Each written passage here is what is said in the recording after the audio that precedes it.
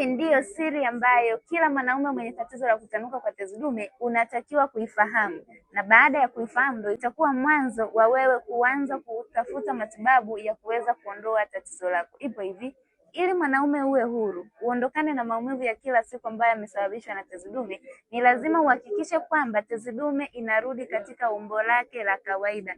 Yaani kulingana na umri wako, basi umbo la tezi dume liendane na umri wako, lisiwe kubwa zaidi kuliko umri wako. Hapa kinachowatesa wanaume wengi ni kwamba umbo la tezi dume linaongezeka kwa kasi kuliko umri wake, na ndio maana matatizo ya mkojo yanaongezeka, shinikizo kwenye kibofu cha mkojo, maumivu ya nyonga pamoja na kiuno, lakini pia kushindwa kumudu tendo la ndoa. Kwa hiyo kama ni mwanaume una changamoto ya kutanuka kwa tezi dume, hakikisha unatafuta matibabu ambayo yatakusaidia kurudisha umbo la kawaida la tezi dume.